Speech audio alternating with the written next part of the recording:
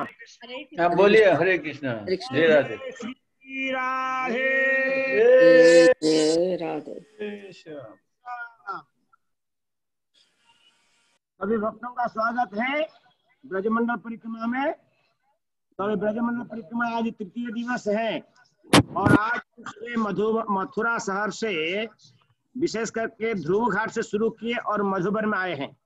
और मधुबन में ध्रुव टीला है जहां ध्रुव महाराज ने तपस्या करी और खूब कम समय में भगवान कृष्ण को प्राप्त किए। लेकिन गांव के अंदर इसको तो कहते हैं ऐसे मधुबन कहते हैं, लेकिन लोकल भाषा में इसको कहते हैं महोली ग्राम। महोली ग्राम के अंदर 3 वस्तु है। एक बलराम की मंदिर है। सभी स्थान बड़े दर्शनीय स्थान है। महाराज जी अभी आपको ये लीला में खाली सूचना दिया हूँ। महाराज जी अभी आपको ये सभी कथाओं को सुंदर भाव से वर्णन करेंगे। हरे कृष्णा। जय श्री राधे श्याम। और हमारे साथ में अभी परिक्रमा एक्चुअली कोविड के कारण परिक्रमा नहीं हो पा रहा है, जिसमें कि महाराज तो प्रमुख हमारे साथ में है। यहाँ हमारी ब्रजभूमि प्रभु है, आप जानते हैं कि भक्त जानते हैं, कभी सुने हैं, कोई आए हैं परिक्रमा में? ब्रजभूमि जानते हैं? ब्रजभूमि को जानते हैं ना? अच्छा, हाँ मैं तो जानता हूँ प्रभु जी, आपको भी जानता हूँ। और हम तो और वहाँ दशरथ आशुतोष प्रभु है। हाँ। और वहाँ दशरथ प्रभु है। आशुतोष भी जानता हूँ। ये हम 5 लोग, 3 लोग पैदल चल रहे हैं और 2 सहयोग कर रहे हैं। हरे कृष्णा प्रभु जी, हरे कृष्णा। और हम आधम इष्टदेव दास। बिल्कुल बिल्कुल महाराज। तो आशुतोष इष्टदेव और ब्रजभूमि आपका फोन नंबर हमें भेज दीजिए। ठीक है भेज देंगे। ओके। आप कथा प्रारंभ करते हैं, आप ध्यान से सुनिए महाराज के मुखारविंद से कथा। हरे कृष्ण। हाँ हम बताना चाहते, चलिए हमारा सेटिंग ठीक नहीं है, अंगिल जो फोटो खींचा रहा है तो बताइए, हम अभी देखिए महाराज की पीछे जो वृक्ष देख रहे हैं ना, ये कदम वृक्ष है। कदम वृक्ष की नीचे महाराज बैठे हैं और कथा आप सुन रहे हैं। कदम वृक्ष जो अति प्रिय है भगवान राधा रानी को, हाँ कृष्ण को अति प्रिय है। हरे कृष्ण। ठीक है, हरे कृष्ण। तो चालू करते हैं। ऐसे बहुत सी लीलाएं हैं यहाँ मधुबन के विषय में। आप लोग जानते होंगे, हम लोग प्रतिदिन आते थे, तो इस मधुबन का सौभाग्य होता था। हम लोग पहले ध्रुव टीला पाते थे, जो कि हम आपको दर्शन कराए हैं ध्रुव टीला का, झाड़ियों का। तो वहाँ परम पूज्य श्री लोकनाथ स्वामी महाराज प्रति वर्ष आते थे। और वहाँ पर कम से कम 1 घंटा कथा होती थी, खूब बढ़िया से ध्रुव महाराज के विषय। इसके बाद हम लोग यहाँ आते थे, जहाँ हम लोग बैठे हैं मधुबन गांव में, महोली गांव में। यहाँ शाम के 2 सत्र होता था। एक सत्र में परम पूज्य राधा गोविंद गोस्वामी महाराज जी आते थे और टॉपिक वही रहता था। इसके अतिरिक्त तीसरा सत्र होता था, तो यहाँ लोकल विषय हम बताते थे। तो 3 घंटा होता था, लेकिन हम लोगों के पास समय कुल मिलकर 1 घंटा है। तो हम 1 घंटे में समय मिलेगा तो दूसरी बात बताएंगे। ध्रुव महाराज की जो कथा है उसे हम प्रस्तुत करते हैं। ध्रुव महाराज, आप लोग जानते होंगे, वैदिक इतिहास में कुछ भक्तों का चरित्र है जिन्होंने कम उम्र में, आयु कम था और उन्होंने भगवान को प्राप्त कर लिया, देख लिया, भजन पूरा, भक्ति में पूरा पारंगत हो गए। और कुछ लोगों का इतिहास है कि वो लोग कम समय में, दोनों बात है, कम उम्र में और कम समय में, तो दोनों के साथ फिट करते हैं ध्रुव महाराज। भजन प्रारंभ किए 5 वर्ष की अवस्था में, और परफेक्शन कब मिल गया, सिद्धि कब मिल गई, 5.5 वर्ष के थे, तब बस 6 महीने में। तो उसी कथा को हम प्रारंभ करते हैं समान रूप से, साधारण रूप से। हम प्रयास करेंगे जितना संक्षिप्त होने का।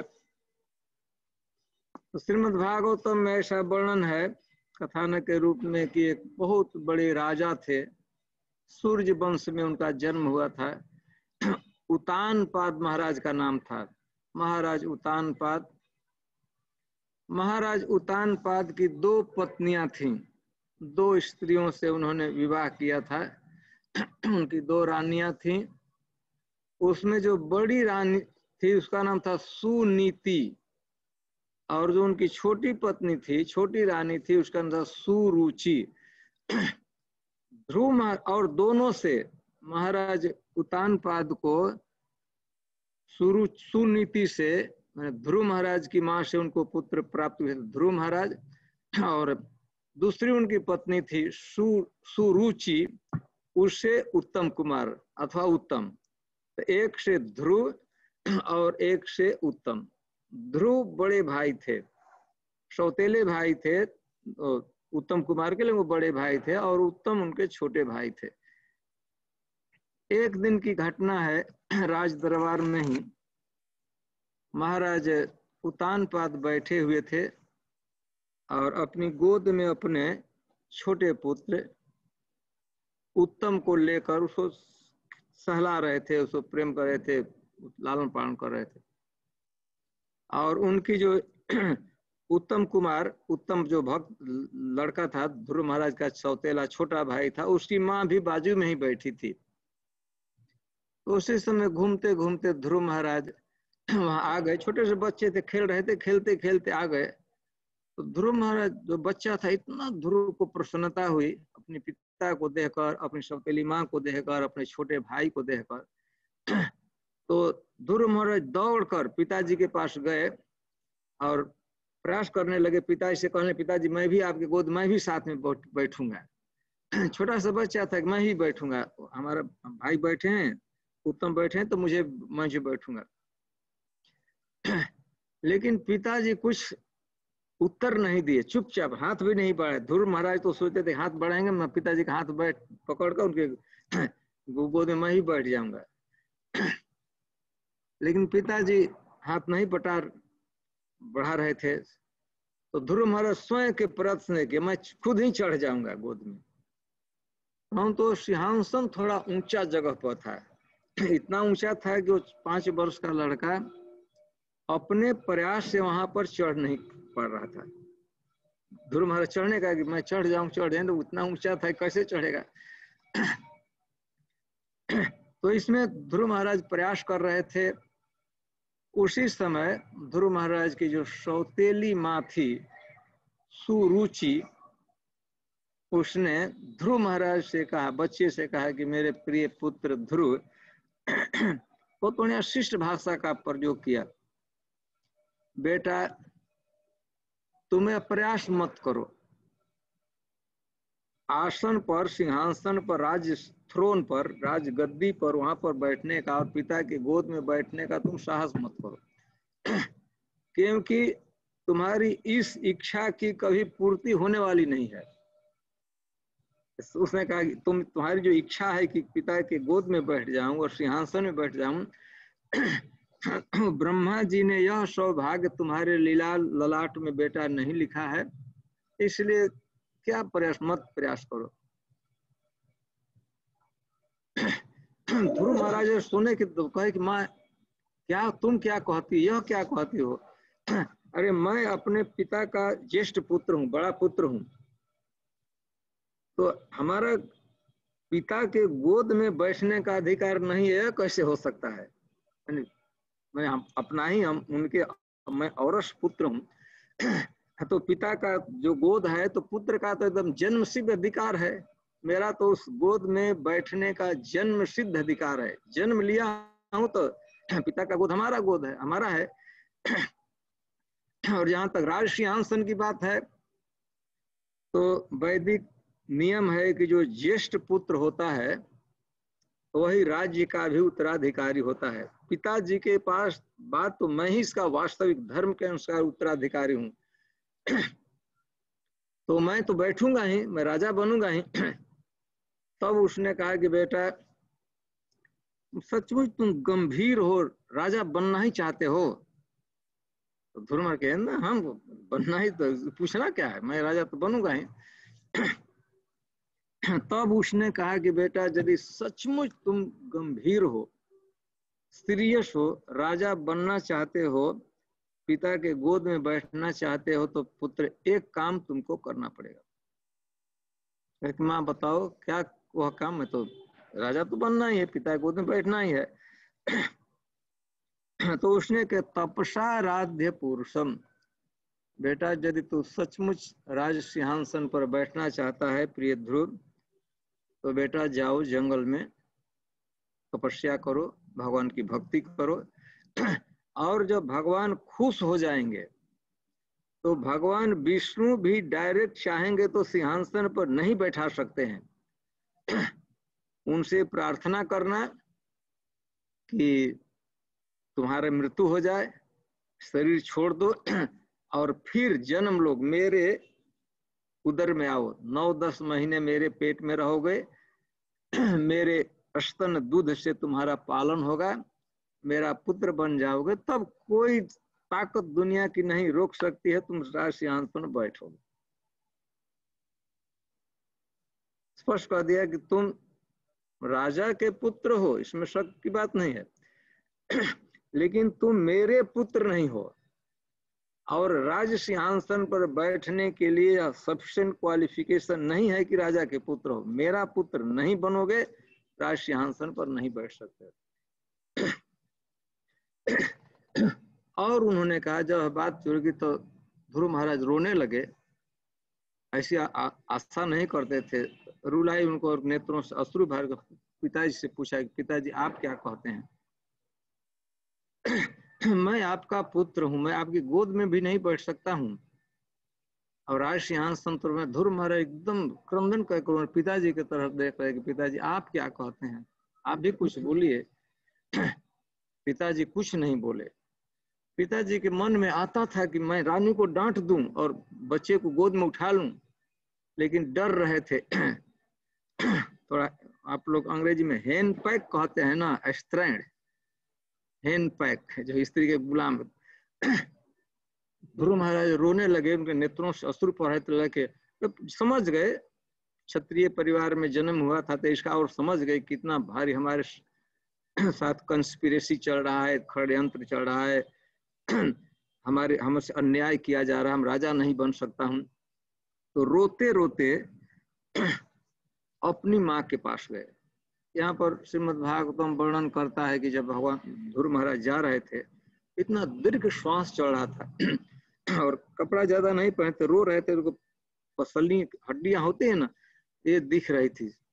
अब सब लोग वहां पे जितने लोग थे बहुत दुखी हो गए, लड़कों को देख, और लोग भी, नागरिक लोग भी, राज परिवार के लोग भी बैठे हुए थे। देखे छोटे से बच्चे पर इतना भारी अन्याय किया जैसा, इतना कर्कश शब्द बोला जा रहा है, लेकिन कुछ बोल नहीं सकते थे। अपनी माँ के पास गया लड़का, ध्रुव महाराज के पास गया, तो ध्रुव महाराज एकदम रो रहे थे। माँ ने तुरंत उनको गोद में उठा लिया, अपनी माँ जो तो गोद में उठा लिया, और अपने से जो साड़ी का अग्रभाग होता है, साड़ी का जो अग्रभाग होता है आंचल, उसे ध्रुव महाराज के अश्रुओं को पोंछ दिया, साफ किया। पूछ रही थी कि माँ बताओ क्या, वो समझते थे कि लड़के गए खेल कूद में, झगड़ा किए लड़के कर लेते हैं, उसको क्या पता था जो लड़के जाते हैं आपस में लड़ाई भी कर लेते हैं छोटे छोटे, तो माँ समझती थी कि यही हुआ होगा।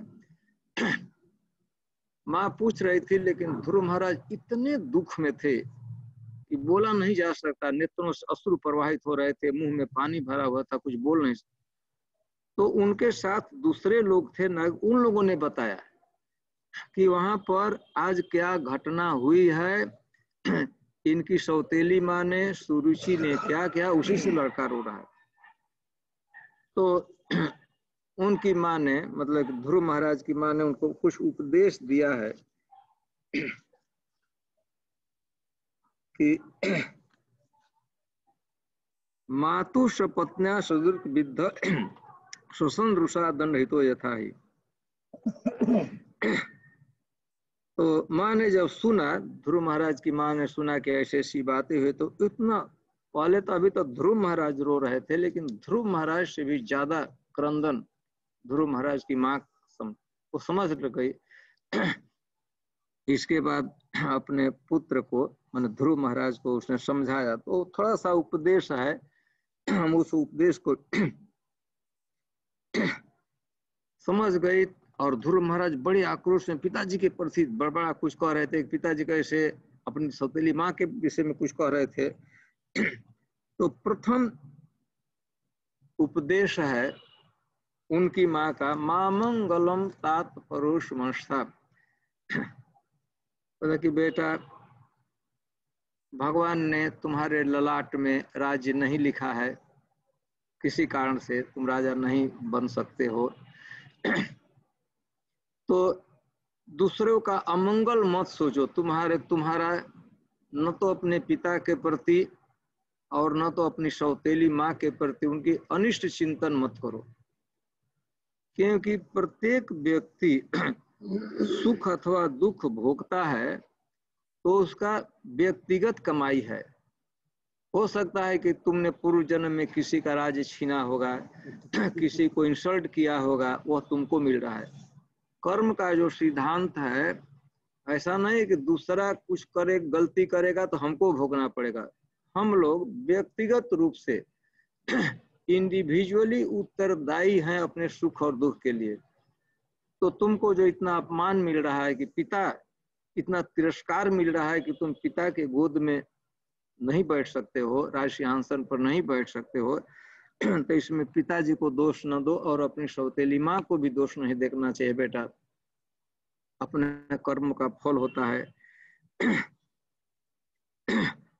फिर ध्रुव महाराज कहे कि माँ कुछ भी किसी भी कीमत पर है, मैं यदि राज्य का उत्तराधिकारी हूँ तो मुझे राजा बनना ही है, मैं किसी भी हालत में उसको नहीं छोड़ सकता हूँ। माँ ने कहा कि ठीक है बेटा, यदि तुम सचमुच राजा बनना चाहते हो, अब भी चाहते हो कि तुम्हारा जो छोटा भाई है उत्तम कुमार जैसे पिता के गोद में बैठा है, वैसा तुम सौभाग्य चाहते हो, तो बेटा यदि तुम्हारी माँ ने, सौतेली माँ ने, उन्होंने सौतेली माँ नहीं कहा, उनकी माँ, तुम्हारी माँ ने, दूसरी माँ ने जो कहा है, यद्यपि उसने व्यलिक रूप से कहा है, उसने व्यंग रूप से कहा, लेकिन बात सही कही है। उसने जो यह कहा है कि तुम राजा बनना चाहते हो तो भगवान की आराधना करो, तो बेटा यह बात तो एकदम अमृत के समान है, इसको ग्रहण करो। और मैं भी यही कहती हूँ कि यदि तुम सचमुच राजा बनना चाहते हो तो जैसी तुम्हारी माँ ने कहा है, अपने लिए नहीं कह रही है, ध्रुव महाराज के माँ के मन में अपनी सौतेली और सौत के प्रति थोड़ा भी द्रोह नहीं था, न तो पिता के प्रति दोष दृष्टि नहीं था। वो यही समझती थी कि मेरा ही दुर्भाग्य है, मैंने ही कुछ ऐसा किया है। फिर उसने कहा कि बेटा, ध्रुव महाराज बहुत पूछ रहे थे कि माँ तुम तो बड़ी रानी हो और मैं तुम्हारा बड़ा पुत्र हूं, तो धर्म के अनुसार तो मैं ही राजा, मुझको ही बनना चाहिए, मैं भी राज का उत्तराधिकारी हूँ। माँ ने कहा कि बेटा पत्नी को तो बहुत ऊंची बात है, तुम्हारे पिता हमको अपनी सेविका के रूप में, दासी के रूप में भी स्वीकार करने में संकोच करते हैं। दासी के रूप जितना एक सेविका परिचारिका को देना चाहिए उतना भी सम्मान नहीं देते हैं। भाग्य से मेरा विवाह उनके साथ हुआ है और उनकी कृपा से तुम हमें पुत्र रूप में प्राप्त हो, यह तो मेरा सौभाग्य है। लेकिन बेटा मेरा दुर्भाग्य है कि हमारे पति हमको कुछ भी समझते हैं, तिरस्कार करते हैं। तो बेटा तुम्हारी माँ ने भगवान की आराधना करने को कहा है और सचमुच तो राजा बनना चाहते हैं तो भगवान की आराधना करो। ध्रुव महाराज पूछे कि माँ मेरी तो महत्वाकांक्षा है, अम्बिशन है कि मैं राजा बनूं, तो भगवान उसको पूर्णता कर देंगे ना। तुम कहती हो भजन में करूंगा, लेकिन मैं भजन करूंगा तो हमको राज देंगे ना, ये हमको कंफर्म करना चाहते हैं, भजन करूंगा। तो माँ ने कहा कि बेटा भगवान इतने भक्त वत्सल हैं, यदि कोई उनके चरण का आश्रय लेता है तो सब कुछ दे देते हैं। दो उदाहरण उसकी माँ ने कहा, तुम्हारे great grand father Brahma ji हैं, ब्रह्मा जी उसके ग्रेट ग्रेट ग्रैंड फादर। देखो ब्रह्मा जी को जो सबसे बड़ा पद, सबसे बड़ा पोस्ट, सबसे बड़ा पावर, सबसे बड़ा प्रतिष्ठा जो मिला है, वो कैसे मिला है? उन्होंने भगवान की आराधना की, पूजा की। और दूसरों की बात तो छोड़, तुम्हारे ग्रैंड फादर मनु महाराज, इतना भारी पद मिला मनु महाराज को, और मनु महाराज को सब सुख मिला है, पृथ्वी का सुख, पृथ्वी का जो भोग है तुम्हारे पिता ग्रैंड फादर मनु महाराज को मिला है। स्वर्ग का भी सुख भी, जो देवताओं को सुख प्राप्त है, वो भगवान की कृपा से मनु महाराज को पृथ्वी पर रहते प्राप्त हुआ। इतना ही नहीं, अथापवर्गम, अपवर्ग मुक्ति का सुख मनु महाराज को मिला है। क्या करने से? भगवान की आराधना करने से, भगवान की पूजा किया, भगवान को संतुष्ट किया उन्होंने, तुम्हारे ग्रैंड फादर ने, मनु महाराज ने, तो उनको कितना भारी पद मिला। तो भगवान देते हैं। उसने कहा भौमम सुखम दिव्यम तथा अपवर्गम, पृथ्वी का सुख, स्वर्ग का सुख और मुक्ति का सुख, भगवान के धाम में पार्षद हो जाना, वहाँ भगवान की सेवा, तो सब किस लिए तुम्हारे ग्रैंड फादर मनु महाराज को मिला है? क्योंकि उन्होंने भगवान की, नहीं तुम्हारी माँ ने जिसकी भगवान की पूजा करने को कहा है, उसकी पूजा की है। फिर नान्यम ततः पद्म पलाश लोचना दुख छिदम ते मृगयाम कंचन। मेरे प्रिय पुत्र, मैं उन भगवान के अतिरिक्त मैं नहीं देख रही हूं कि तुम्हारा कोई दुख दूर कर सकेगा। तुम्हारा जो दुख है कि राजा नहीं बनने का अम्बिशन है, राजा बनने का, तो इसकी कोई पूर्ति नहीं कर सकता है, केवल और केवल ही भगवान पूरा कर सकते हैं। इसलिए आप शरण लो, तुमको राज्य चाहिए, धन चाहिए, तो धन की जो अधिष्ठात्री देवी है, लक्ष्मी है, भगवान की आराधना पीछे करती रहती है।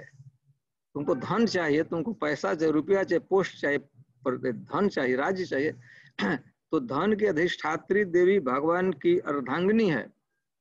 विष्णु भगवान कह देंगे लक्ष्मी जी को, लक्ष्मी तुम सबको दे देगी, तुम जाओ वहां पर भजन करो भगवान की, यदि सचमुच तुम राजा बनना चाहते हो। ध्रुव महाराज रोते हुए अभी तक नेत्रों से अश्रु प्रवाहित हो रहा है कि कहे कि माँ, मेरे जीवन में यह अम्बिशन है, अभिलाषा है, महत्वाकांक्षा, मुझे राजा बनना ही चाहता क्षण। माँ बताओ, मैं भगवान का भजन करूंगा, मैं भगवान से मिलना ही है, तो कहाँ भगवान है, कहाँ जाना चाहिए? तो कहे कि बेटा, मुझे तो वास्तव में पूछते तो भगवान का पता नहीं है। मैं स्त्री हूँ, मैं कोई संत महात्मा सिद्ध नहीं हूँ, लेकिन मैं सुनी हूँ कि जो भजन करना चाहते हैं तो जंगल में चले जाते हैं। तो लगता है कि जंगल में भगवान रहते होंगे। जो अधिकांश लोग भजन करने वाले सुना जाते हैं वन में जाते हैं। तो उसने कहा दिया कि लगता है कि भाई भजन करने वाले जाते होंगे तो वहां रहते होंगे भगवान, तभी न जाते हैं, क्यों जाते हैं? तो क्या कि माँ, अवश्य मैं तब जाऊंगा। तो माँ ने ऐसा तो कह दिया था कि जंगल में भगवान मिलते हैं, भजन कर लेके 5 वर्ष का लड़का, इकलौता पुत्र है, दूसरा कोई। पति कितना तिरस्कार करते हैं तो पता ही है, सौत कितना उनसे द्रोह करती होगी। उस राजमहल में क्या उसका एक पुत्र ही था जीने का सहारा, वो अभी कह रहा है कि मैं जंगल में जाऊंगा। तो फिर वो रोने लगी कि बेटा नहीं, अभी बाद में कभी जाना, अभी सयाने हो। लेकिन उन्होंने कहा कि माँ नहीं, हमको देर नहीं करना है। अपने माँ के चरण पकड़ कर रोने लगे ध्रुव महाराज। पहले कही कि जंगल में भगवान मिलते हैं, जंगल में जाओ, और जाने लगा तो कह रहे कि नहीं, कैसे 5 वर्ष कैसे माँ, कौन माँ हृदय छोड़ दे कि जंगल में जाओ अकेले। ध्रुव महाराज उसे गोद से उतर कर माँ के चरणों पर सिर रख दिए और रोने लगे। रोते रोते कहे कि माँ, यद्यपि कि यह कठिन काम है, जैसे वो कह रही थी कि तुम भालू खा जाएंगे, बाघ खा जाएंगे, हिंसक जंतु होंगे, पैर पकड़ कर रोने लगे कि माँ जी तुम आशीर्वाद दे दोगी, तुम कहती हो भगवान तो जंगल में सुरक्षा देते, तुम आशीर्वाद दे दो, रो मत, हमारे सामने अपना आंसू, हमको प्रसन्नता से आशीर्वाद दो, हमको राजा बनना ही है। तो माँ रोते हुए, चाहती तो नहीं थी, ध्रुव महाराज उसके गोद से उतर गए, उसके चरणों में प्रणाम किए और यही इच्छा करते कि माँ तुम आशीर्वाद दे दो, कह दो कि भगवान मिलेंगे, बस तुम्हारे आशीर्वाद के प्रभाव से मुझे मिलेंगे ही, तुम कह रहे हो तो नहीं मिलने का तो प्रश्न नहीं। तो इस तरह से ध्रुव महाराज अपनी राजधानी से, मतलब कि अपने पिता की राजधानी से निकल गए। यहाँ पर श्रीमद् भागवतम में सुखदेव गोस्वामी वर्ण, मैत्रेय ऋषि मठ कहे कि ध्रुव महाराज निकल गए निश्चक्राम पितुपुरात्, अपने पिता के नगर से निकल गए। यह नहीं कहा गया है कि अपने गांव से निकल गए, अब तक तो अभिमति था कि मेरा है, पिताजी का है, लेकिन आज ध्रुव महाराज को पता लगा कि मेरा ये नहीं है, पिताजी का है। पितुपुरात्, अपने घर से कहा जा सकता, महत्व ऋषि कह सकते अपने घर से निकल गए, लेकिन ध्रुव महाराज को नहीं, अपना ना संसार का कोई भी कोना है नहीं, कब अपना कभी होना है, एकदम से वहां से निकल गए। माँ रोती रही, अब मैंने बच्चा तो निकल गया, भगवान को तब उसी समय भगवान का ध्यान करके, हे भगवान, हे विष्णु भगवान, हे कृष्ण, आप बच्चा जा रहे हैं, आप ही, आपके हाथ में इस बच्चे को सौंपती हूँ, इसकी योगक्षेम की आप रक्षा करना। तो ध्रुव महाराज निकल गए नगर से, अब अकेला, 5 वर्ष का लड़का है, कहाँ जाना है, उत्तर, नॉर्थ, लेफ्ट, राइट, किधर जाना है उनको कुछ पता नहीं था। अरे जंगल किधर जाना, माता कह दे जंगल में जाओ, जंगल किधर है, नॉर्थ में है, साउथ में है, वेस्ट में। नगर से जो ही निकले, थोड़े ही दूर पर आउटर स्कर्ट में चले, तो उनके मन में कुछ संकल्प विकल्प आने लगा। पहला तो यह बात उनके मन में आ रही थी कि मैं चूंकि भगवान, हम लोग चूंकि 2 भाई हैं तो आधा राज तो हमको मिलना ही चाहिए। घर से, अभी तक घर से अंदर थे तो कम से कम हमको आधा जरूर मिलना चाहिए। हम लोग 2 भाई हैं तो बांट बांट कर रहेंगे। जो दरवाजे से बाहर निकले तब ये सोचने लगे कि नहीं, आधा नहीं, धर्म के अनुसार मैं बड़ा ज्येष्ठ पुत्र हूं और ज्येष्ठ पुत्र का राज्य पर अधिकार हमको पूरा चाहिए, कोई कंप्रोमाइज नहीं, पिताजी को बताना है, पूरा चाहिए। थोड़ा आगे बढ़े तो उनके मन में आखिर भगवान से ही मांग कर लेना है, तो हमको ऐसा राज चाहिए कि पिताजी से भी ऑपुलेंट दिखा देना है, इनका जितना ऑपुलेंट है, इनका पर वैभव से बढ़िया राज उससे भी हमको बढ़िया चाहिए। अरे जब भगवान से ही लेना है तो भगवान तो कुछ भी दे सकते हैं। थोड़ा आगे बढ़े तो बताया कि नहीं, हमको ऐसा राज चाहिए कि मनु महाराज मेरे ग्रैंड फादर से भी अच्छा और बड़ा भी चाहिए और ऑपुलेंट भी चाहिए। उसे थोड़ा आगे बढ़े तब इच्छा हो कि ना, हमको भगवान से ही लेना, तो ऐसा राज्य मांगूंगा जो आज तक सृष्टि में किसी को नहीं मिला। वो दिखाना है पिताजी का, आप अपना राज इतना छोटा सा दिए नहीं ना, देखिए हमारे पास कितना है। तो अम्बिशन, महत्वाकांक्षा बढ़ ही रहा था। और तो नारद जी को दिव्य दृष्टि है, नारद जी को पता लगा कि एक दृढ़ संकल्प लेकर ध्रुव घर से भक्ति के लिए निकल गया है, भजन के लिए, भगवान की आराधना के लिए। तो नारद जी ऐसे अपॉर्चुनिटी को ढूंढते रहते हैं। यदि कोई भजन करना चाहता है तो उनको खूब सहायता करने में उनको खूब अच्छा लगता है। नारद जी को खूब खुश होते हैं कि कोई भजन कर रहा है तो उसको सहायता करना है, हेल्प करना है। तो ध्रुव महाराज निकल रहे थे, ठीक दूसरे दिशा से नारद जी तो ध्रुव महाराज नारद जी को पहचान लिए, क्योंकि नारद जी इनके पिताजी ध्रुव महाराज के ध्रुव महाराज के पिताजी नारद जी के शिष्य थे। तो आते रहते थे, बार बार आते थे पिताजी के पास, तो पहचान थे, यही साधु बार बार आते थे और कोई पहचान भी बिना लिए रहते।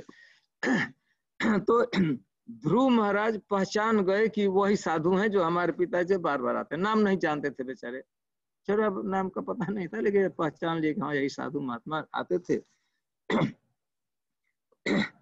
तो आते थे तो साधु को देख कर एकदम फिर रोने लगे ध्रुव महाराज। तो दुख तो था ही, जा रहे थे लेकिन परिचित साधु मिल गए तो एकदम रोने लगे। रोने लगे तो इतना रो रहे थे कि नारद जी नारद जी को ध्रुव महाराज नारद को प्रणाम भी नहीं किए, कुछ बोले नहीं, केवल रोए जा रहे थे। तो नारद जी ने उनको देखा, बच्चे को छोटा सा खड़ा था, तो उसके सिर पर नारद जी अपना हाथ रखा, ऐसे ऊपर से रख दिया।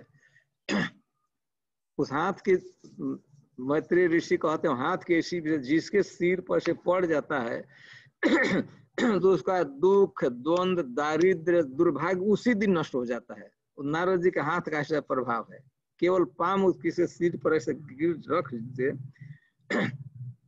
तो उस हाथ को नारद जी ने ध्रुव महाराज के सिर पर रखा और पूछा, अरे बेटा तुम अकेले इधर किधर जा रहे हो? अच्छा बच्चे, तुम इधर राजमहल में रहना चाहिए, इधर अकेले कैसे आ गए और रो रहे हो? तो ध्रुव महाराज ने पूछे कहाँ जा रहे हो? तो कह रहा है भजन करने ले जा रहा हूँ। अरे भाई कहाँ जाओगे? तो भजन करने के लिए। तो भजन करने के लिए, भजन क्यों? अरे हमको राजा बनना है। तो राजा बनना है तो जंगल में राज है, तो राजमहल में पिताजी के पास जाना चाहिए, वो नहीं दे रहे, मना कर दिया। तब ध्रुव महाराज ने उनको समझाया, बेटा यह इस उम्र में भजन नहीं होता है। पिताजी ने कुछ कह दिया, माँ ने कुछ कह दिया, तो छोटे से बच्चे के लिए मान और अपमान अलग क्या चीज होता है? और बोल दिया तो गैर आदमी ने नहीं तो बोल दिया, तुम्हारे पिताजी ने कह दिया, नहीं सत्कार किया, गोद में नहीं उठाया, तुम्हारी माँ भी है, सौतेली माँ है। तो इस उम्र में 5 वर्ष की अवस्था में यह हमका अपमान कर दिया है, सम्मान कर, ऐसा कुछ मूल्य नहीं निकलता है। और भी उपदेश दिए हैं लेकिन हम संक्षेप में होना चाहते हैं, हम मेन पॉइंट पर। तो कहा कि ना हमको राजा बनना है और हमको भगवान का भजन करना है। उन्होंने नारद जी ने कहा कि देखो, एक तो भगवान की आराधना जो करना चाहते हो ना, जैसे तुम्हारी माँ ने और तुम्हारी सौतेली माँ ने, दोनों ने जिनके उपदेश को मानकर तुम भजन करने जा रहे हो, भगवान को संतुष्ट करना आसान नहीं है। बड़े बड़े योगी लोग, तपस्वी लोग जन्म जन्मांतर तक भक्ति करते रहते हैं, जप में, तपस्या में रहते हैं, जन्म जन्म उनको यह भी भगवान के विषय में पता ही नहीं होता है, भगवान कहाँ रहते हैं, क्या उनका स्वभाव, वही सब मिल। तो जो लोग बड़े बड़े योगी लोग, जति लोग जन्म जन्मांतर में शुद्ध करके काम, क्रोध, लोभ, मोह, मत्सर से एकदम शांत होकर, सबको निष्कासित कर, शुद्ध होकर भगवान का भजन करते हैं, विष्णु का, तो विष्णु को प्रसन्न नहीं कर पाते हैं। अरे विष्णु को प्रसन्न करने की बात उनके विषय में जान भी नहीं पाते हैं। और तुम तो बच्चे हो, पहला तो तुम्हारा डिस्क्वालिफिकेशन है कि 5 वर्ष से बच्चे हो, और दूसरा मानसिक रूप से तुम्हें लोभ है। लोभी व्यक्ति को भगवान मिलते हैं, लोभी है ना, हमको राज धन्य चाहिए, कितना भौतिक इच्छा है, सेंस ग्रेटिफिकेशन को बनना है। बड़े बड़े योगी लोग मन को शुद्ध करके ध्यान में भी नहीं उतार पाते हैं, और तुम कहते हो कि मैं जाऊंगा उनसे मिलूंगा, दे तो चलो। तो ध्रुव महाराज फिर कह दिए कि बेटा देखो यह उम्र नहीं है और तुम्हारी मानसिक स्थिति भी ठीक नहीं है, लोभी हो, धन के लोभी हो, धन चाहिए, क्रोध भी है, आमर्ष भी है पिताजी के प्रति, माँ के प्रति। तो यह मानसिकता में भजन नहीं होता है बेटा।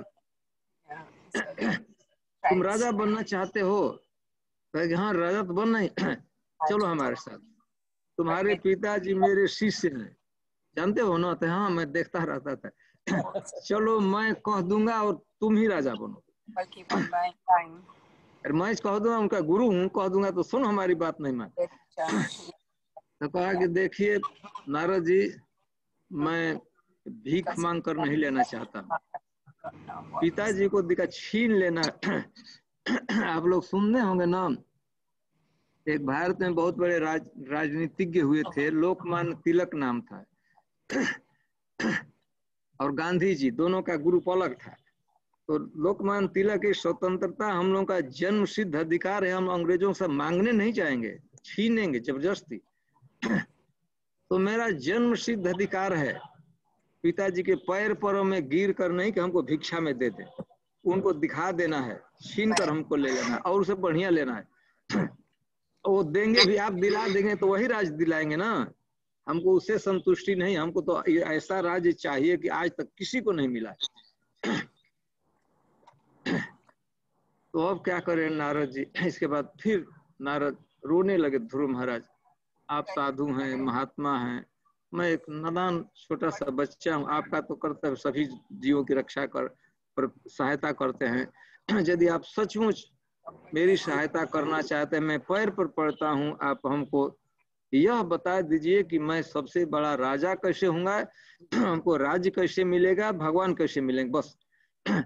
और नारद जी इस विषय में हमारी आप सहायता कर सकते हैं तो आपका स्वागत है, और नहीं आप करना चाहते, नहीं करना चाहते छोड़िए, मर जाऊंगा तो मर जाओ, डू और डाई, उस डिसीजन पर मैं पहुंच चुका हूँ।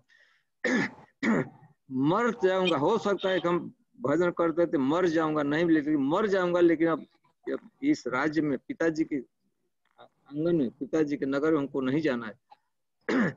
आऊंगा तभी उनको दिखाने के लिए क्यों आना है। तो नारद जी तो अब तक जो उपदेश दे रहे थे सुपरफिशियली उनका उपदेश था। सुपरफिशियली मतलब उसके निर्णय, उसके धैर्य को, उसके डिटर्मिनेशन को देखना चाहते थे, कितना सीरियस लड़का है। नारद जी हेल्प करना चाहते थे, लेकिन सुपरफिशियली बता रहे थे कठिन होता है, बाघ होते हैं, सिंह होते हैं, भालू होते हैं, खा जाएंगे, कहाँ जाओगे। परीक्षा ले रहे हैं, देखे कि तो परीक्षा में तब सोचने गए तो लड़का कुछ काम का है, कुछ कर सकता है या तो। तो फिर उन्होंने अब वास्तविक उपदेश दिया, और उपदेश दिया कि भजन की सारी, बच्चे 5 वर्ष को क्या जानता था, कैसे भजन, कैसे जप किया जाता था, मंत्र भी, दीक्षा कुछ भी प्राप्त नहीं थी, क्या करता है जाकर जंगल में। तो नारद जी ने सम्यक रूप से, हम वो सभी ने, बहुत लंबा प्रसंग है, नारद जी ने बताया कैसा ध्यान, भगवान के नक्शी का जो कैसा सुंदर स्वरूप होता है। और इसके बाद ध्रुव महाराज अंतिम में नारद जी के विषय में लिखा, ध्रुव महाराज ने उनके चरणों में, दोनों चरणों के बीच में अपना सिर रखकर और दोनों हाथ को चरणों के चारों, दोनों चरणों के चारों तरफ बेष्टित करके ध्रुव महाराज प्रणाम किए, और ध्रुव महाराज प्रदक्षिणा किए। प्रदक्षिणा समय नारद जी खड़े थे तो चारों तरफ घूमे, परिक्रमा किए, और परिक्रमा करने के बाद वो बढ़े। उसके पहले थोड़ा सा नारद जी को हम बता दें, उनके पिताजी के तरफ देख लिए वहाँ क्या हो रहा है। यहाँ पर छोड़कर मैं मधुबन की तरफ प्रस्थान किए, तो अभी हम प्रसंग पर आएंगे, पहले चलते हैं। नारद जी गए पिताजी के पास, अपने शिष्य के पास, मतलब उतान पास। बेचारे उतान पाद इतने रो रहे थे, म्लान मुख था, बड़े दुखी थे, हृदय का टुकड़ा ही था, अपना ही ब्लड एंड फ्लेश था लड़का, चला गया। उस समय भी उनकी इच्छा होती थी गोद में उठाने के लिए, लेकिन लड़का जब चला गया था तो इतने वो दुख में थे, द्वंद में थे। नारद जी को देखकर रोने लगे। नारद जी पूछा क्यों इतना दुखी हैं? तो बताए कि ऐसी ऐसी घटना हुई, हमने, हमारा लड़का केवल गोद में चढ़ना चाहता था, हमने कितना उसका तिरस्कार किया, वो भाग गया, जंगल में चला गया, पता नहीं कैसे वो चलेगा, रास्ते रास्ते थक जाएगा, उसको भूख लगेगी, प्यास लगेगी, चेहरा उसका मलिन हो जाएगा सर्दी गर्मी के कारण, शाम के समय कहीं सो जाएगा तो बाघ भालू उसको खा जाएंगे, चिंता उसी करे। नारद जी ने बताया कि महाराज आप चिंता मत करो, डायरेक्ट वह आज के दिन में भगवान के प्रोटेक्शन में है, भगवान ने उसका चार्ज ले लिया है, आप उसका कुछ नहीं होगा, आप उसके तरफ से निश्चिंत हो जाइए। आपके संरक्षण में था, आप उसको प्रोटेक्शन दे रहे थे, लेकिन आज के दिन में वह स्वयं भगवान विष्णु के प्रोटेक्शन में है, डायरेक्टली उनके गोद में है, आपके गोद में नहीं बैठा, आज भगवान के गोद में बैठा, वहां क्या खतरा है उसको। और दूसरी बात है कि उसी लड़के के कारण आपका सुजस, आपका रिपुटेशन सारी दुनिया में फैलेगा, और वह साधारण काम वो गया है भगवान को प्राप्त। आज तक बड़े बड़े ऋषि मुनि तपस्वी जो काम नहीं कर रहे हैं, वह काम करके आपके पास वो लड़का आएगा सुरक्षित एकदम। उनको कुछ आश्वासन हो गया कि हम जो कहना चाहते थे, नारद जी ने उसको भेजते समय क्या कहा था, कहाँ जाओ। नारद जी को डिसीजन देना था कि कहाँ लड़के को जाना चाहिए। लड़का जा रहा है, ध्रुव महाराज को स्थान का तो कन्वेषण कर रहे थे। हम वो श्लोक है, आप लोग श्रीमद् भागवत में बढ़िया से वर्णन किया गया है कि उन्होंने कहा, नारद जी ने बात कही, तत्तात गच्छ भद्रम ते। हम इसी पॉइंट पर आना चाहते थे। हे मेरे प्रिय पुत्र, नारद जी कहते हैं ध्रुव से, तत्तात गच्छ भद्रम ते जमुनायास तटम शुचि पुण्यम मधुबनम यत्र सानिध्यम नित्यदा हरे। बताया था कि हे मेरे प्रिय पुत्र, बस तुम तत्तात गच्छ, तुम जाओ, भद्रम ते, तुम्हारा कल्याण हो, तुम्हारी भलाई, जमुनायास तटम शुचि, जमुना जी के तट पर, जमुना जी के तट पर ही एक अति पवित्र वन है, मधुबन, पुण्यम मधुबनम, मधुबन है। मधुबन के लिए नारद जी कहते हैं पुण्यम मधुबनम यत्र सानिध्यम नित्यदा हरे। मधुबन पुण्य वन है, पवित्र वन है, और उस वन में निरंतर हमेशा भगवान रहते ही हैं। भगवान उस वन में रहते हैं, वन में हमेशा भगवान यहाँ रहते हैं। नारद जी, पुण्यम मधुबनम यत्र सानिध्यम नित्यदा हरे। फिर उनका स्नात्वा अनुशमनम, बेटा वहां को जाना है मधुबन में जो जमुना जी के तट पर है, बेटा प्रतिदिन क्या करना है, कुछ विधि बताए। स्नात्वा अनुशवनम, तुम जमुना मधुबन में रहते समय अनुशवनम, अनुशवनम का प्रत्येक संध्या में 3 बार स्नान करना। देख कितना 5 वर्ष का लड़का है। आप लोग इस महीने में कुछ लोग आए होंगे तो पानी की तो बात, बाहर घूमने में ठंडा लोग कहते हैं ठंडा लगता है, कपड़े पहने रहते हैं और कहते हैं, कंप्लेन करते हैं कि वृंदावन में ठंडा है। और इस लड़के को, 5 वर्ष का लड़का है, नारद जी कह तुमको स्नान करना है और 3 बार स्नान करना है। 3 बार मतलब सुबह एक बार ब्राह्म मुहूर्त में, दोपहर में, और फिर संध्या का समय। स्नात्वा अनुशवनम कालिंद्या शरीरे शिवे, कालिंदी से कहने से पानी ठंडा होता है, इसकी विशेषता।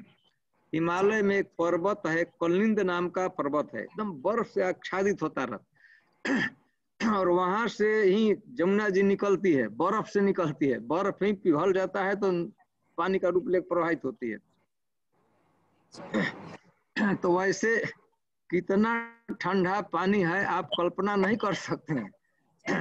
गर्म प्रदेश से नदी निकलती है तो उतना ठंडा नहीं होता है, लेकिन कलिंद पर्वत से निकली, हिमालय से निकली हुई है और उस पवित्र जल में तुमको 3 बार स्नान करना है। और भी विधि, कैसे पूजा करना है, कैसे बैठना है, तो हम अभी तो नहीं कहा जा सकता है। तो इसके बाद नारद जी को उन्हें प्रदक्षिणा किया था और ध्रुव महाराज यजो मधुबनम पुण्यम हरेश शरण चर्चितम, अब यह वाक्य है मैत्रेय ऋषि का। ध्रुव महाराज तपस्या के लिए मधुबन गए, पुण्यम मधुबनम, यह भी कह रहे हैं पुण्य मधुबन, पवित्र मण, और ये कहते हैं हरे शरण चर्चितम। यह श्लोक 62 है, आप लोग देख लीजिएगा कहीं। स्कंद 8 और अध्याय भी 8 है। चतुर्थ स्कंद का 8वां अध्याय है और 62 श्लोक है। हरे शरण चर्चितम, भगवान के चरण चिन्ह से सुशोभित यह वन प्रदेश है, मधुबन है, जहाँ भगवान के चरण चिन्ह को अद्यावधि कम से कम उस समय तक देखा जा सकता है। हरे चरण चर्चितम। अच्छा, ध्रुव महाराज पैदल करके, आप कल्पना कीजिए 5 वर्ष का लड़का है, चलते चलते चलते, और बिठूर के राजधानी थी, मनु महाराज उतानपाद की राजधानी बिठूर थी, जो आज कानपुर ही मान लीजिए।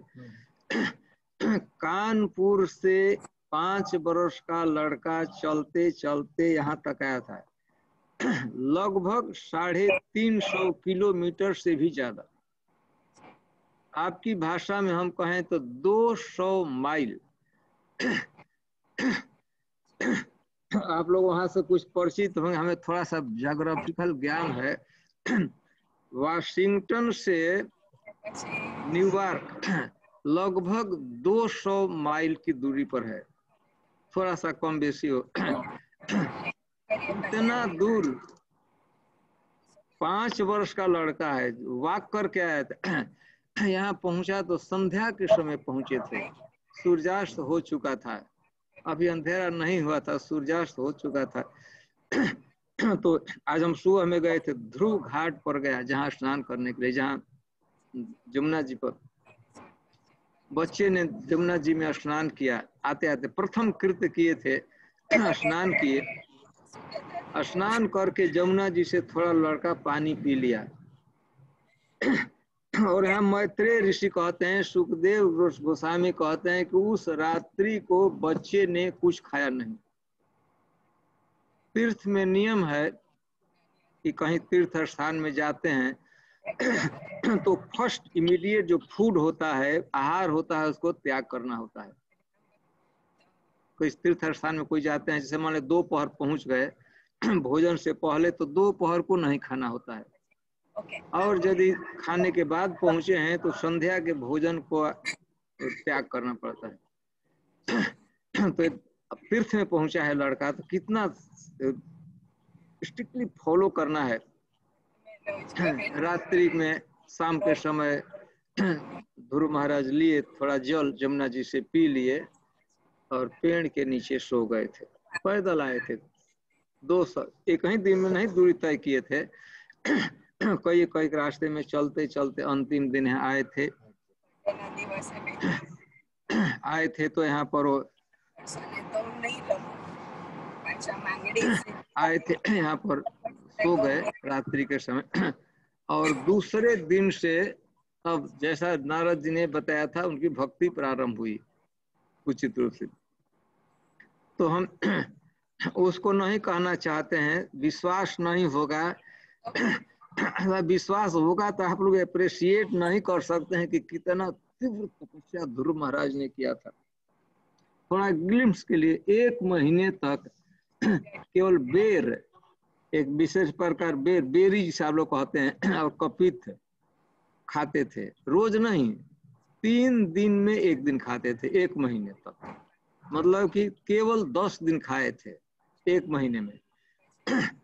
दूसरे महीने में, दूसरा महीना जब चालू हुआ तो चालू कर दिए जो पत्ता कभी कभी पतझड़ के दिन में गिरता है ना, थोड़ा सा पीला रहता है, एकदम सूखा नहीं होता है, पीला होकर पत्ता गिर जाता है, थोड़ा उसमें नमी होता है, मॉइस्चर होता है, तो पत्ता खाते थे दूसरे महीने से। रोज नहीं, कितने दिन पर 6 दिन पर 1 बार पत्ता खा लेते थे। 5 दिन कुछ नहीं, 6वां दिन के आप पत्ता लिए, जहाँ नीचे गिरा रहता था उसी को खा लेते थे। तीसरा महीना चालू हुआ,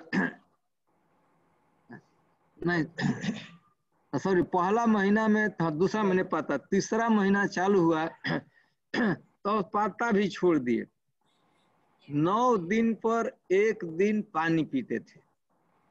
8 दिन कुछ नहीं, केवल 8 दिन तक श्वास लेते थे और 9 दिन पर 1 दिन पानी पी लेते थे बस। जमुना जी में जाकर पानी पी लिए एक बार, तो अब 9 दिन 8 दिन तक कुछ नहीं पीना है। एक फिर चौथा महीना चालू हुआ तो पानी भी छोड़ दिए। 12 दिन पर 1 दिन हवा खा लेते थे। हवा मतलब श्वास तो हमेशा लेते रहते थे, लेकिन हवा मतलब जैसे सांप लोग सर्प होते हैं ना, तो हवा से ही वो अपना जो न्यूट्रिशन है ग्रहण कर लेते हैं। सांप बहुत दिन तक जीवित रहते हैं, हवा से मुंह करके खींचते हैं, हवा में ऑक्सीजन होता है, नाइट्रोजन, उसी से उनका पोषण। तो ध्रुव महाराज 12 दिन पर 1 दिन हवा, ये चौथे महीने की बात। और जो 5वां महीना आया तो ध्रुव महाराज स्नान करने जाते थे, लेकिन जब जप का भक्ति का तो 1 पैर पर खड़े होकर करते थे। 1 पैर पर, और एक तरह से सांस को भी ऊपर नियंत्रण कर लिया। तो ऐसे तपस्या किए। 6वां महीने में भगवान उनके सामने प्रकट हुए। ध्रुव महाराज जहाँ ध्रुव टीला पर थे, भगवान प्रकट हुए। तो ध्रुव महाराज उस समय आंख बंद कर ध्यान कर रहे थे, उनके नेत्र उन्मीलित थे और भगवान का वो ध्यान कर रहे थे। तो हम लोग जैसा ध्यान करते हैं नहीं समझना चाहिए कि मनोमयी मूर्ति का वो ध्यान कर रहे थे। प्रत्यक्ष रूप से भगवान उनके हृदय में दिखाई पड़ते थे। भगवान ही प्रवेश किए हुए थे श्री विग्रह रूप से, अचिंत्य शक्ति से।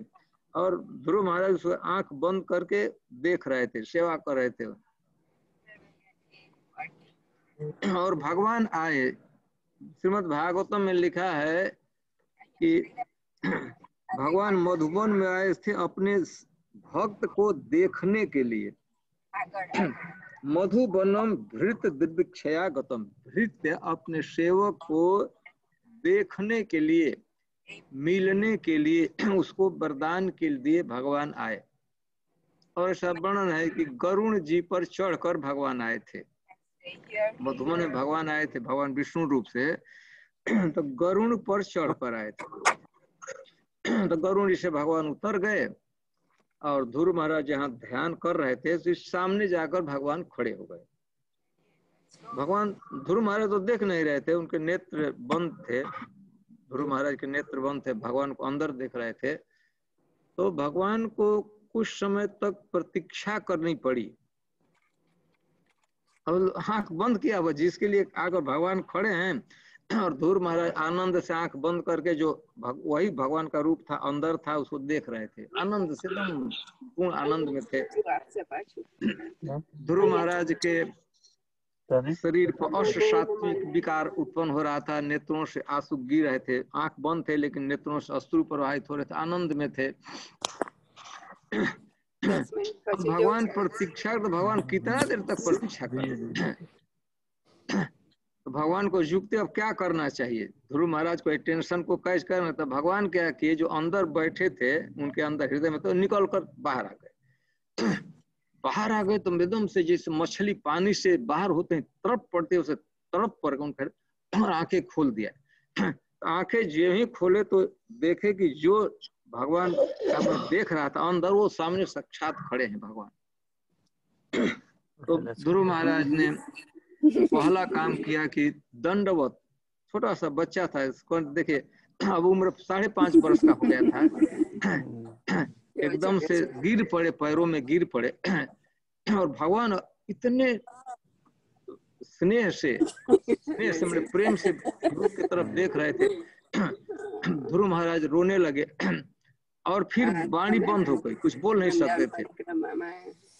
तो भगवान ने देखा कि मेरा यह प्रिय भक्त कुछ कहना चाहता है, बोलना चाहता है। 7:45 की तो 7:30 है।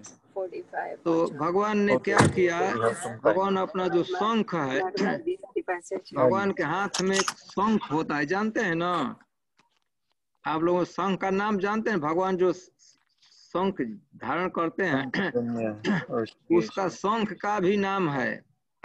गीता में भगवान ने उसको, गीता में उस नाम आया हुआ है। कोई बता सकते हैं भगवान के हाथ में जो शंख रहता है?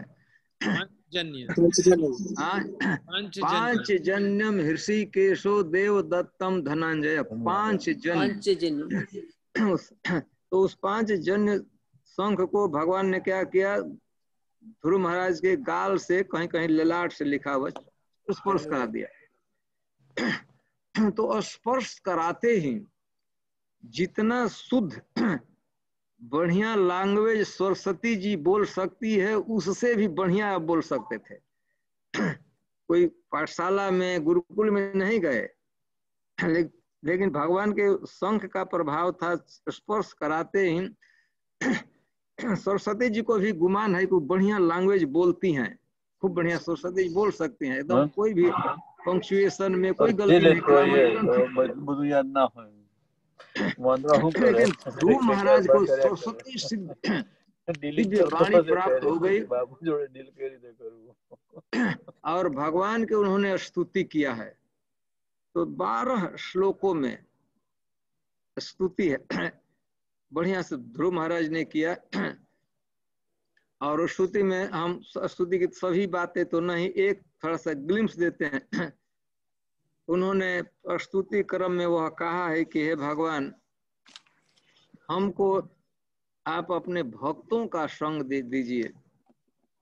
अब नेक्स्ट बार आप हमको यही वरदान दीजिए कि आपके शुद्ध भक्तों का हमको एसोसिएशन मिल जाए और उनके एसोसिएशन श्रवण कीर्तन का अवसर मिले।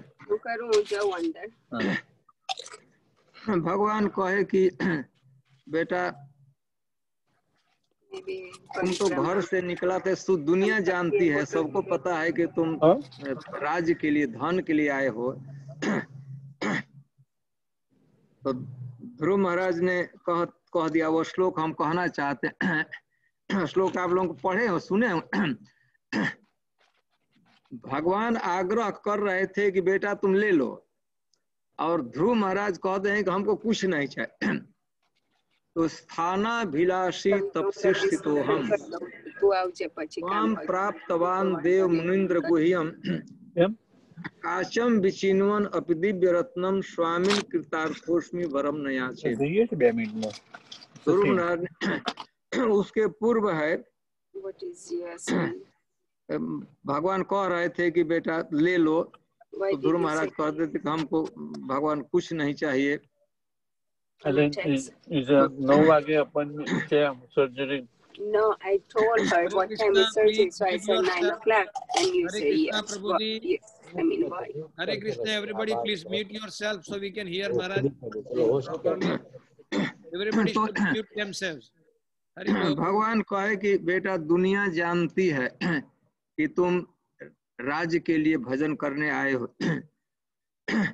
तो तुम ऐसे खाली लौट जाओगे तो तुमको तो लोग क्षमा कर देंगे, कहेंगे कि बच्चा था बेचारे को मांगने नहीं आएगा नहीं है।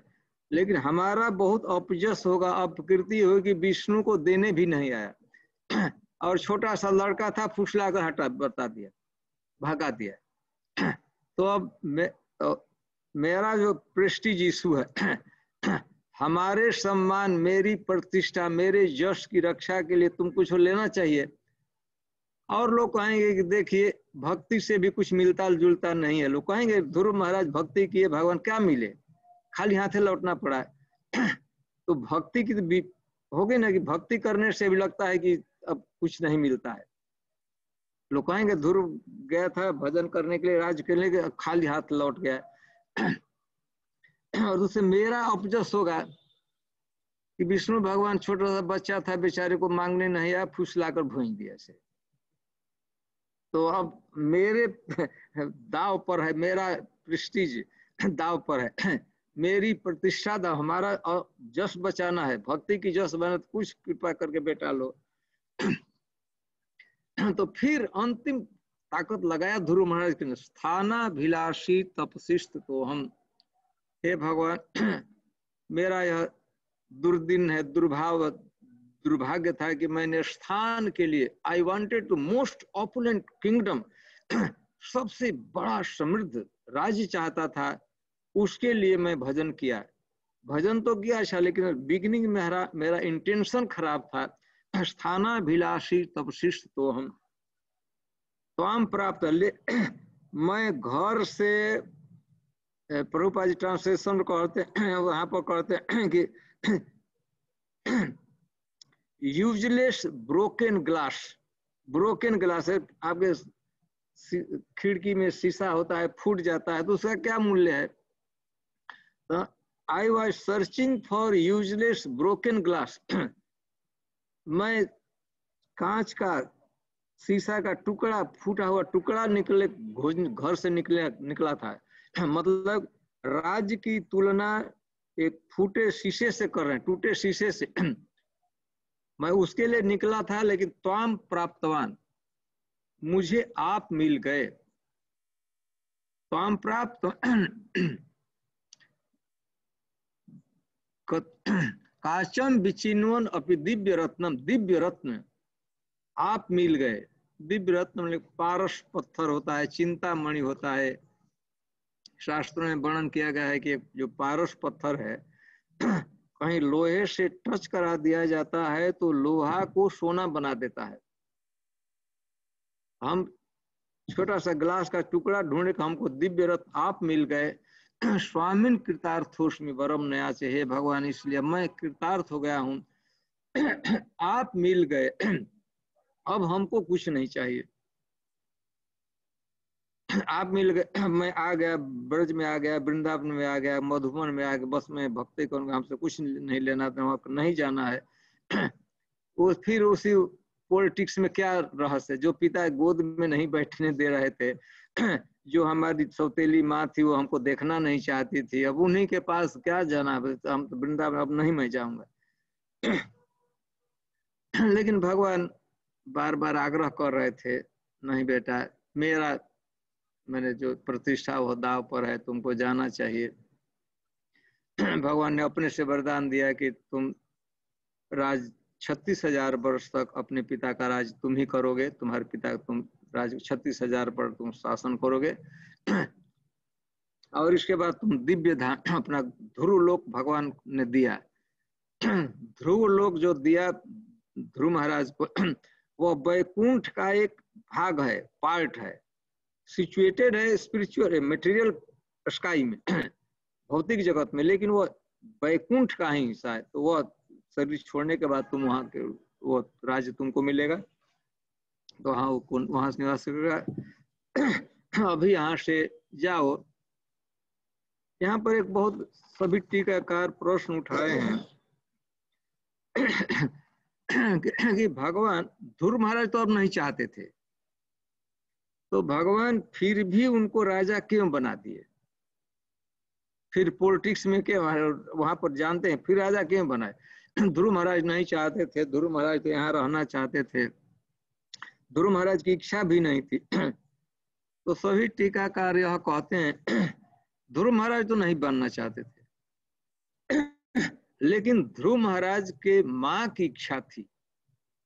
तो ध्रुव महाराज जानते थे कि इनकी माँ है, हमारे बच्चे की माँ है, उसकी इच्छा है, तो उसकी पूर्ति करने के वह निराश होगी ना।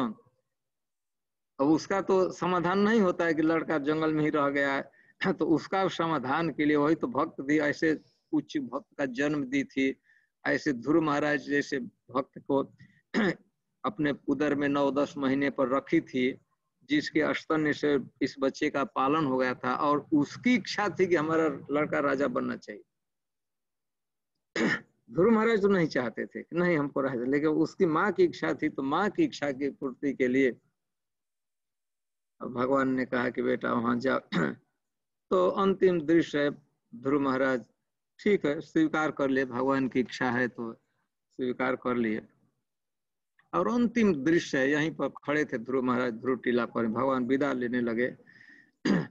तो प्रायः भगवान गरुड़ जी पर बैठते हैं तो दोनों तरफ पैर करके बैठते हैं, कंधे पर बैठते हैं तो दोनों तरफ पैर किए रहते हैं। लेकिन अब उस दिन पता नहीं भगवान की क्या इच्छा, गरुड़ के कंधे पर पीठ पर बैठ गए और दोनों पैर एक तरफ लटका दिए। कभी कभी मोटरसाइकिल पर पीछे लोग बैठते हैं तो एक तरफ से, खासकर माता लोग बैठी तो एक तरफ पैर रख देते। यहाँ इंडिया हम देखे मोटरसाइकिल पर पीछे प्राय हम देखे हैं कि माता जी लोग बैठी हैं तो एक तरफ दोनों पैर कर देती है। तो वैसे भगवान दोनों पैर एक तरफ कर दिए। अब भगवान के लिए गिरने का भय ऐसा नहीं समझना चाहिए कि भगवान गिर जाएंगे, वो विशेष व्यवस्था है, गिरने का भय नहीं रहता है। तो दोनों पैर एक तरफ बैठकर भगवान बैठ गए। ध्रुव महाराज खड़े थे, भगवान ने इशारा किया, गरुड़ जी, गरुड़ उड़ान भरे, गरुड़ जी के ऊपर उड़ान भरे, उड़ान भरे तो ऐसा गरुड़ जी को भगवान ने संकेत किया कि भगवान के दोनों चरणों की छाया ठीक ध्रुव महाराज के सिर पर पड़ा। दोनों चरण आकाश में गए तो सूर्य की किरण थी, सूर्य का ठीक उनके सिर पर पड़ा। तो ध्रुव महाराज को कितनी प्रसन्नता और भगवान के, हम लोग कभी कहते हैं ना, निताई पद कमल कोटि चंद्र सुशीतल जे छाया जगत जुड़ाए। तो हम लोग कहते हैं कि निताई पद कमल जो छाया कोटि चंद्र सुशीतल, आप कल्पना कीजिए कि डायरेक्ट भगवान के चरणों की छाया ध्रुव महाराज के सिर पर पड़ा तो कितना आनंद आया होगा, कितना उनको सुख हुआ होगा, कितनी शांति होगी, हम लोग कल्पना नहीं कर सकते हैं। परंतु वो छाया तो छाया था, वो तो उड़ान भर रहे थे, वहां तो खड़े नहीं थे गरुड़, गरुड़ तो छाया चला गया।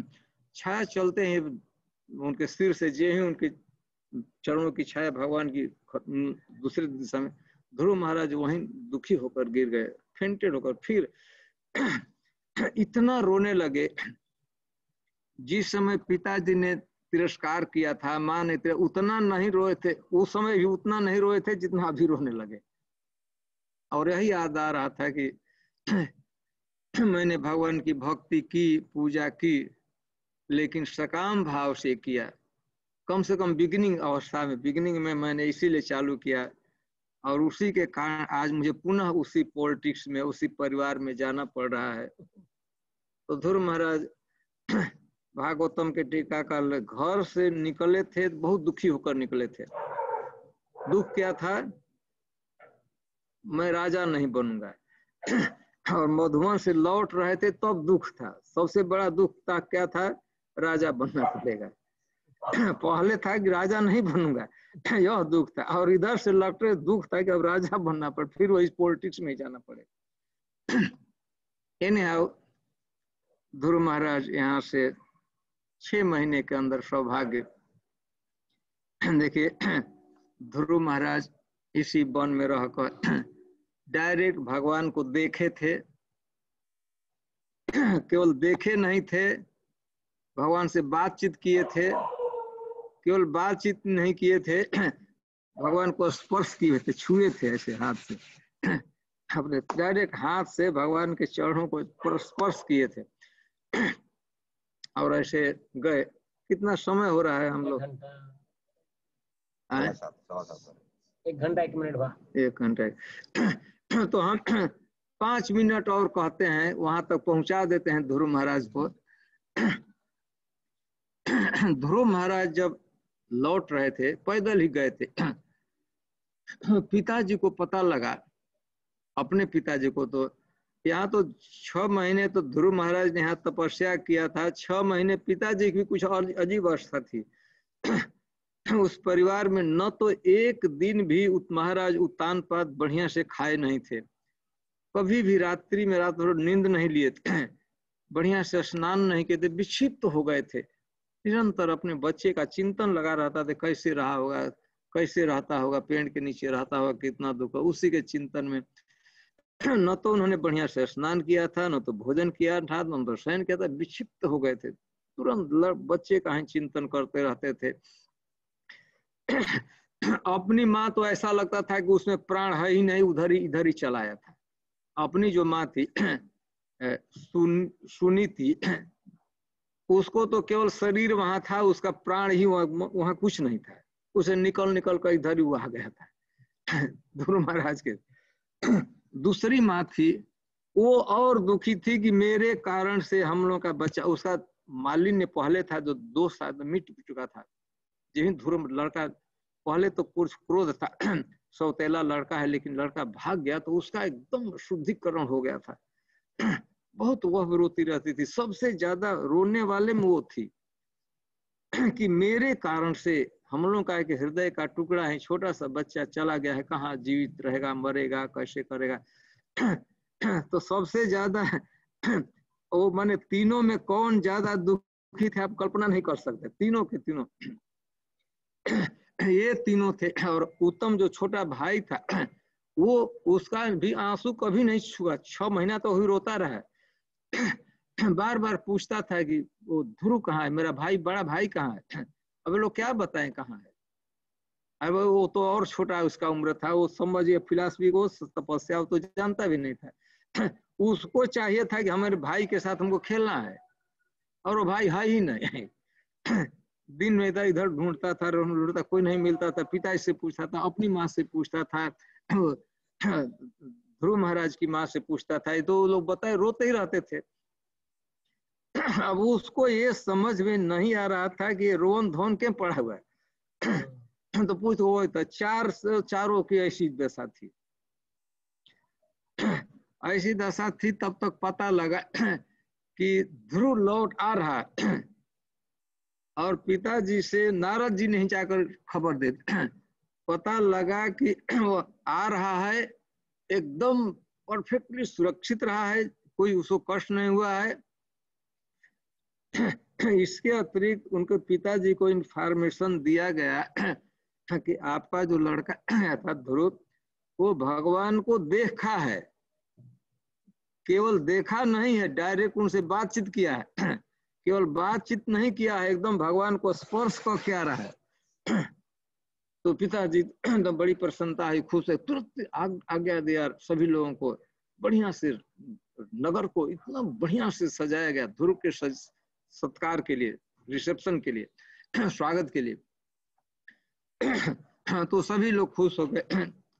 और इनकी जो 2 माँ थी, भाई था छोटा सा, अभी वो भी तो जितना उम्र था 6 महीना का ज्यादा हो गया, 4 वर्ष का होगा तो 4.5 वर्ष का हो गया होगा वह, जितना कुछ छोटा था इनसे।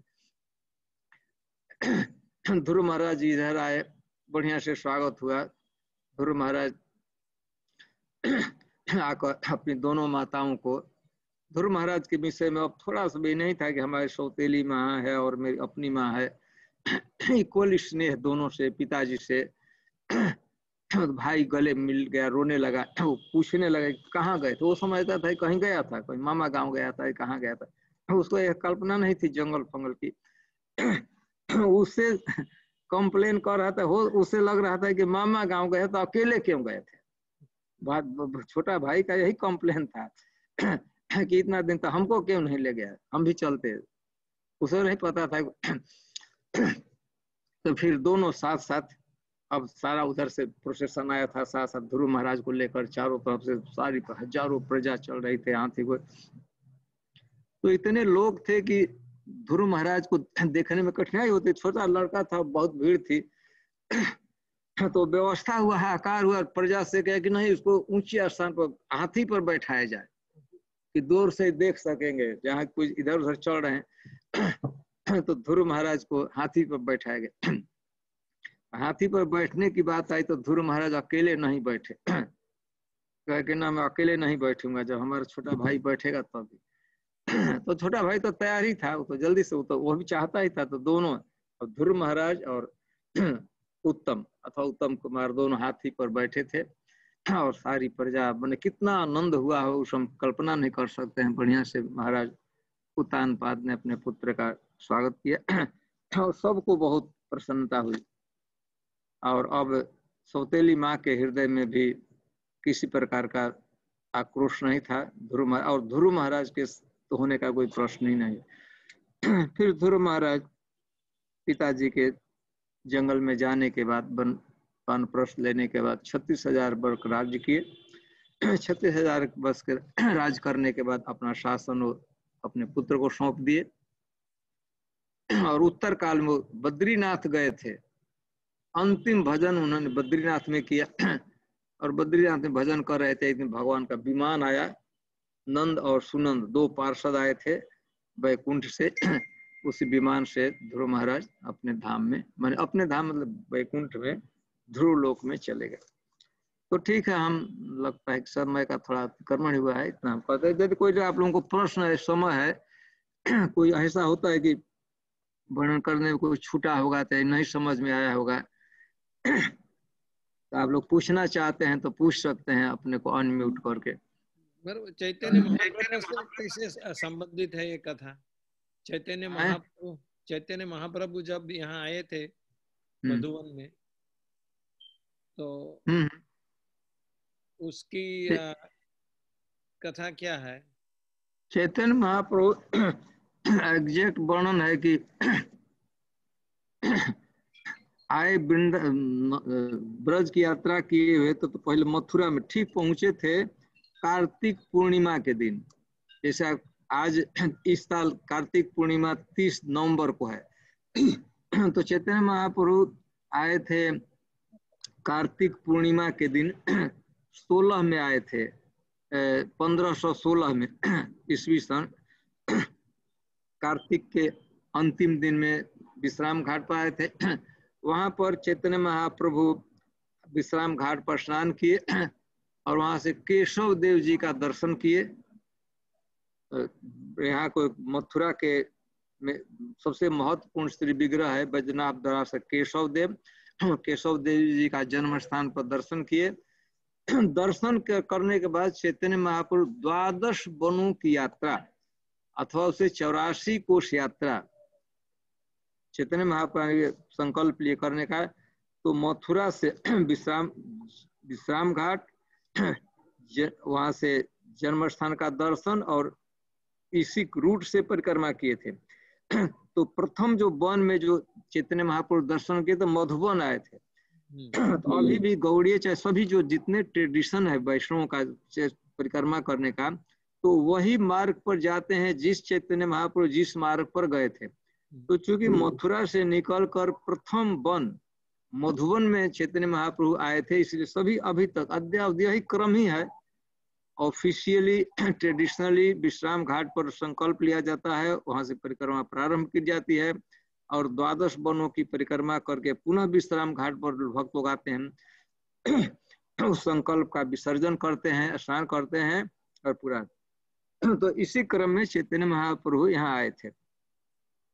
12 वनों की यात्रा करना है, 84 कोष की यात्रा।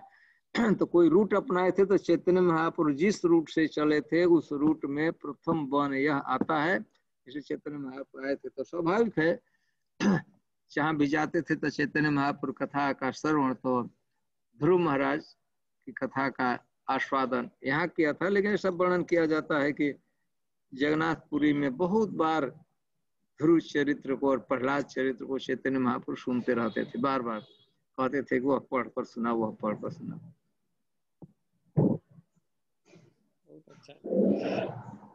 Anybody have any? हरे कृष्ण महाराज जी, हरे कृष्ण। हरे कृष्णा। महाराज आप अभी आगे कहाँ जाएंगे? तालवन, कुमुदवन और फिर शांतनु कुंड जाएंगे? हाँ, बहुला वन, शांतनु कुंड, बहुला वन, राधा कुंड। परसों हम लोग राधा कुंड चले जाए। परसों राधा आज के हम लोग की रात्रि है, आज की रात्रि मधुबन में।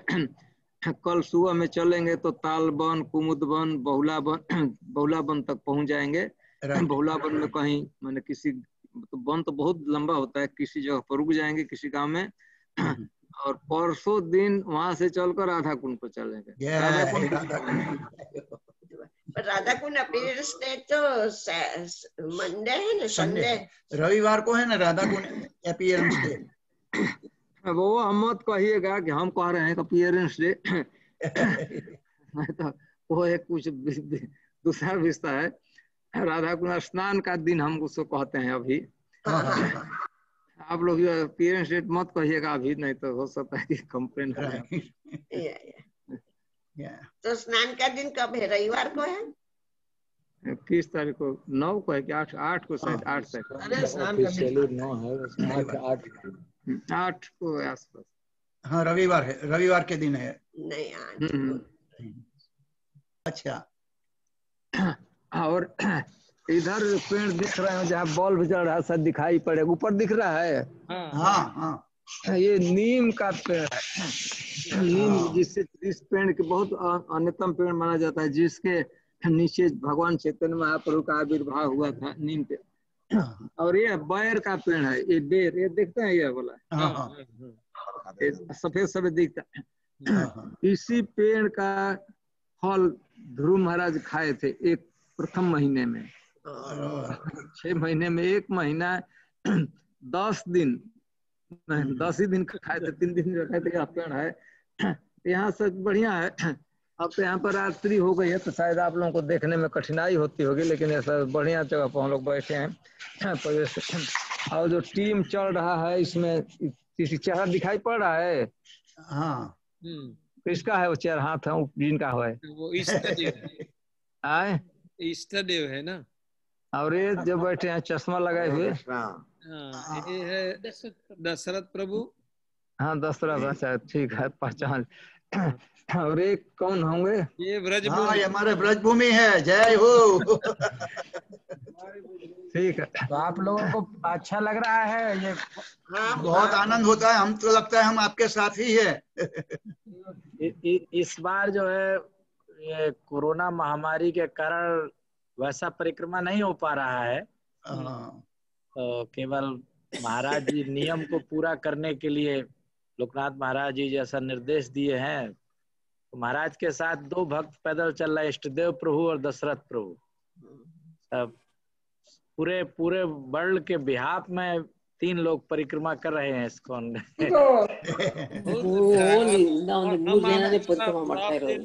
बहुत अच्छा है। और प्रभु जी आप नहीं चल रहे हो?